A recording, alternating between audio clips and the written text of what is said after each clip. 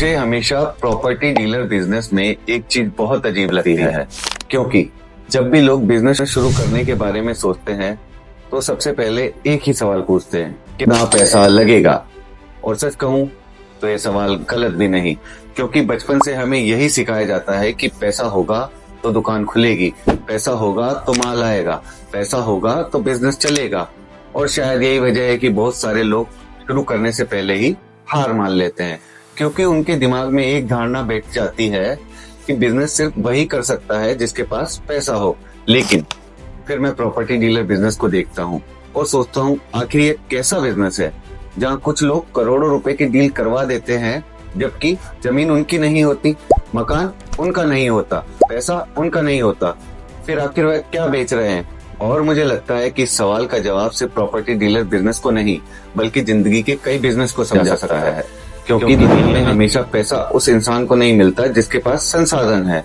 कई बार पैसा उस इंसान को मिलता है जो दो लोगों की समस्याओं के बीच का पुल बन जाता है। और शायद यही प्रॉपर्टी डीलर बिजनेस का सबसे बड़ा रहस्य है।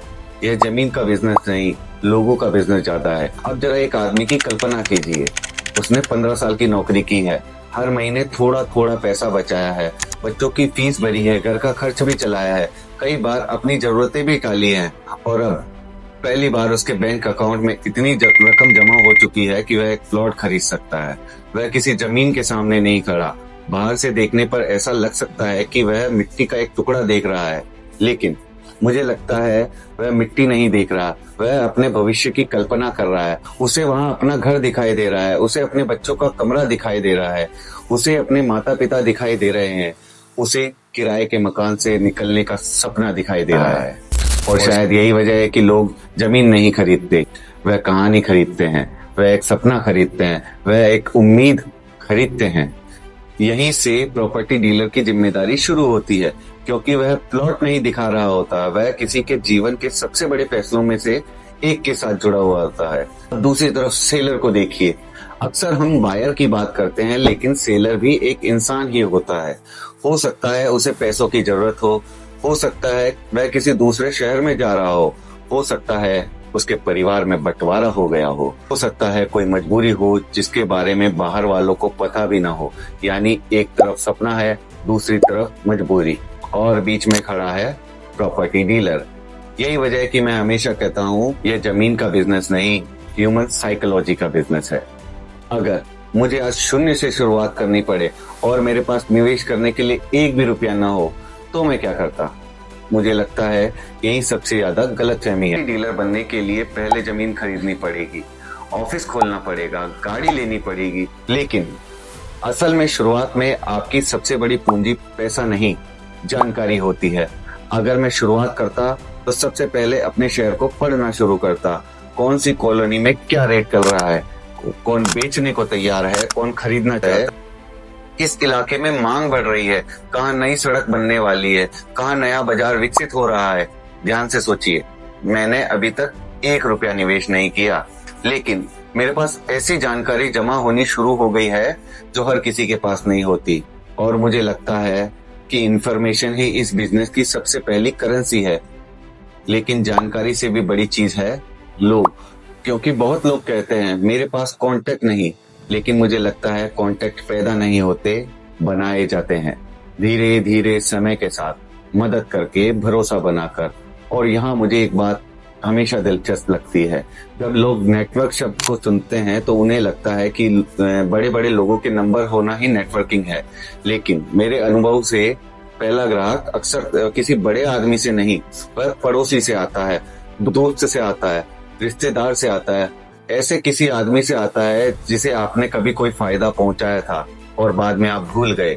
यानी नेटवर्क का मतलब सिर्फ जान पहचान नहीं, नेटवर्क का मतलब है कि लोग आपको याद रखें। जब कोई प्रॉपर्टी की बात करे तो आपका नाम उसके दिमाग में आए। यहाँ एक और दिलचस्प साइकोलॉजी है। अगर मैं आपको 500 रुपए का सामान बेचूं तो आप 10 सवाल पूछेंगे, लेकिन जब जमीन खरीदने की बात आती है तो कई बार लोग लाखों रुपया सिर्फ इस डर से खर्च कर देते हैं कि कहीं मौका हाथ से ना निकल जाए। आज नहीं लिया तो कल महंगा हो जाएगा, अभी नहीं खरीदा तो कोई और खरीद लेगा। यानी कई बार फैसला जमीन नहीं करवाती, डर करवाता है। और जो आदमी इंसान के इन फैसलों को समझ गया वह सिर्फ प्रॉपर्टी डीलर नहीं, एक अच्छा बिजनेस बन सकता है। अब कंपटीशन की बात करते हैं, क्योंकि हर शहर में प्रॉपर्टी डीलर भरे पड़े हैं, लेकिन मुझे लगता है कि हमेशा कंपटीशन वहां ज्यादा दिखाई देता है जहां आदमी खुद को अलग नहीं बना रहा होता। अगर 10 लोग से प्लॉट दिखा रहे हैं तो ग्राहक आखिर किसे चुनेगा? शायद सबसे सस्ते को। लेकिन अगर एक आदमी उसे सही सलाह दे रहा है, फायदे भी बता रहा है, नुकसान भी बता रहा है, तो धीरे धीरे उसी पर भरोसा बनेगा। मुझे लगता है कि इस बिजनेस में ट्रस्ट एडवर्टाइजमेंट से ज्यादा ताकतवर है, क्योंकि कोई आदमी आपकी फेसबुक पोस्ट देखकर 50 लाख की जमीन नहीं खरीदता, लेकिन वह अपने दोस्त की सलाह पर खरीद सकता है। यानी इस बिजनेस का असली मार्केट बजट नहीं, कई बार भरोसा होता है। हाँ, अब मान लीजिए कुछ डील हो गई, कमाई आने लगी। अब यहाँ एक नई समस्या शुरू होती है। बहुत सारे लोग हर काम खुद कर रहे होते हैं, खुद फोन उठाना, मीटिंग में खुद जाना, साइड विजिट खुद करना, फॉलो अप खुद लेना, और धीरे धीरे उनका बिजनेस उन्हीं पर निर्भर रहता है। यानी उन्हें बिजनेस नहीं बना, उन्होंने खुद के लिए नौकरी बना ली है। और मुझे लगता है कि यह सिर्फ प्रॉपर्टी डीलर की समस्या नहीं, लगभग हर छोटे बिजनेस की समस्या होती है। यहीं पर सिस्टम की जरूरत पड़ती है, डेटाबेस की जरूरत पड़ती है, फॉलोअप की जरूरत पड़ती है, रिकॉर्ड की जरूरत पड़ती है, रेफरल सिस्टम की जरूरत पड़ती है, क्योंकि सिस्टम वह काम करता है जो इंसान हमेशा नहीं कर सकता। और अंत में एक बात कहना चाहता हूँ, मुझे नहीं लगता कि प्रॉपर्टी डीलर बिजनेस सिर्फ जमीन बेचना सिखाता है। मुझे लगता है कि यह हमें इंसानों को समझना सिखाता है।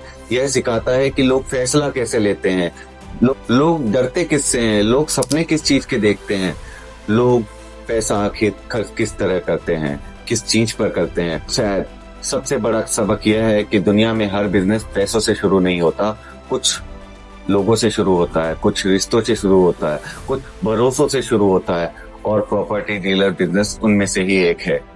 क्योंकि शुरुआत में जमीन आपकी नहीं होती, पैसा आपका नहीं होता, लेकिन अगर भरोसा आपका है, जानकारी आपकी है, अगर लोगों के बीच आपकी पहचान है, तो कमाई हो सकती है। और शायद यही बात सिर्फ प्रॉपर्टी डीलर बिजनेस पर नहीं, जिंदगी पर भी लागू, क्योंकि कई बार हमारी सबसे बड़ी पूंजी बैंक अकाउंट में नहीं होती, रिश्तों में होती है। बाकी अगर आपको इस वीडियो से कोई नई सोच मिली हो तो एक लाइक जरूर कर देना। अगर आप भी मेरी तरह बिजनेस को सिर्फ कमाई से नहीं बल्कि इंसानी सोच और मार्केट की हकीकत के नजरिए से समझना चाहते हो तो चैनल को सब्सक्राइब कर लेना, क्योंकि हम यहाँ बिजनेस को किताबों से नहीं, जमीनी हकीकत से समझने की कोशिश करते हैं। मिलते हैं अगली वीडियो में। Thanks for watching.